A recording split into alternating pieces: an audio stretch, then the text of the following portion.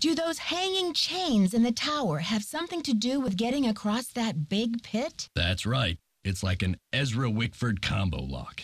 You need to pull those chains until each one's in the right position, and then the bridge will swing around so you can cross. Take a good look at the tunnel wall there to decipher the combo. And for Pete's sake, don't slip when you're crossing the pit. Oh yeah, and pay attention. Some of those chains make other ones move. Is that it? I think that's it for now. Thanks, Dexter.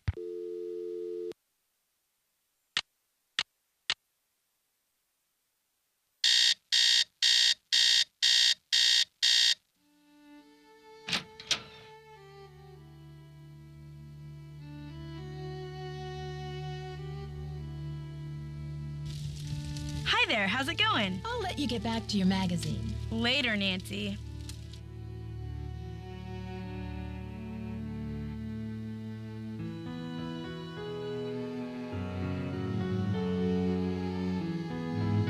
Nancy, I still cannot believe you lost my medallion. How could you have been so careless? I wasn't exactly careless, you know, and I didn't lose your medallion either. But I don't have it. Where were you, anyway? Weren't you supposed to meet me? When I showed up, you were having a catnap on the floor. Ugh, I will be ruined by you American women. Guess you'd better stay away from me then. Goodbye. Au revoir, little Miss Nightmare.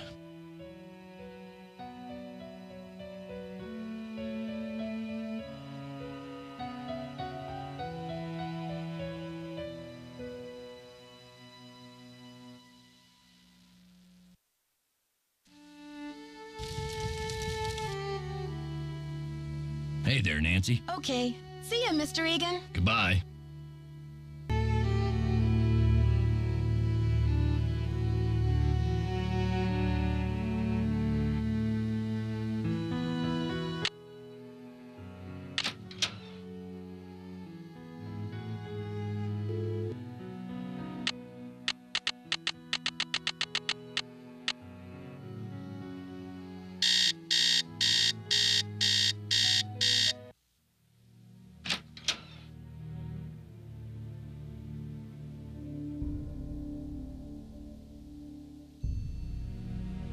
I'm so glad you stopped by. I've translated the entire journal. It's fabulous. And as an added bonus, it includes Marie's official decoder, something no one else has ever found before. See you soon. Goodbye.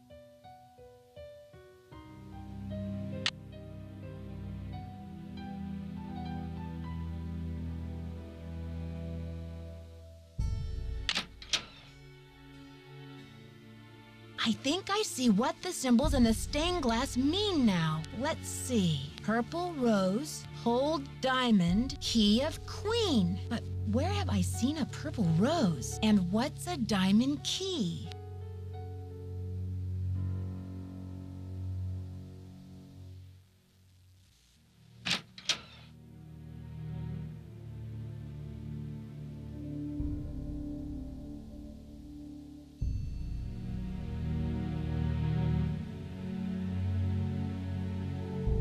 Hello there. Oh, it's so exciting about your discovery. I wonder what it will lead to. See you soon. Goodbye.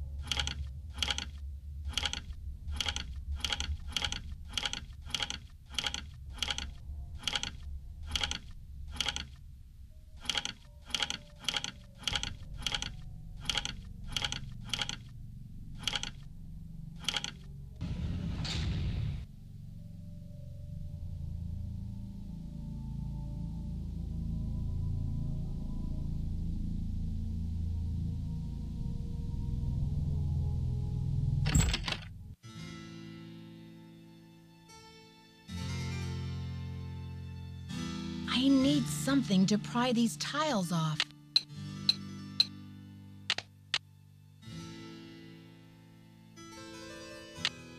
Looks like a keyhole of some sorts. Looks like a keyhole of some sorts.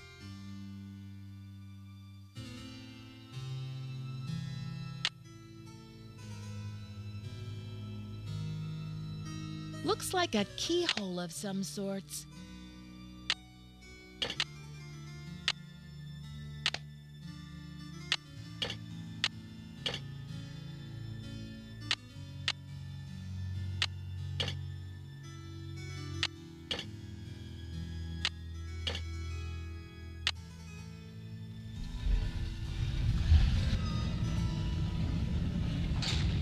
The diamond! Whoa! Will you look at that sparkly rock? And me without my sunglasses. Hi, Lisa.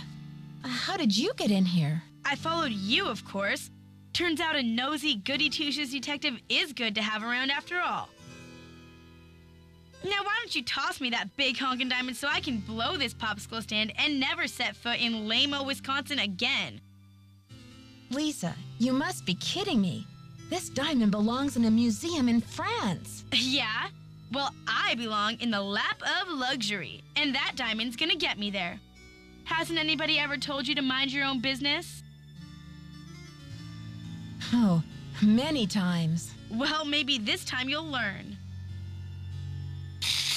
My eyes! Don't worry. My spicy devil villain venom won't last for long. But I'm afraid by the time you get your eyes back, you'll have missed my grand exit. Are you the one who conked me on the head in the locker room? Ouch. I bet that hurt. But I had to get the medallion somehow, didn't I? I hope we can still be friends. Why did you leave Jacques' medallion at Hotchkiss's room? And Hotchkiss's medallion out in the shed? To spread suspicion around, of course. You know, to play with your mind. Plus, I was at a dead end.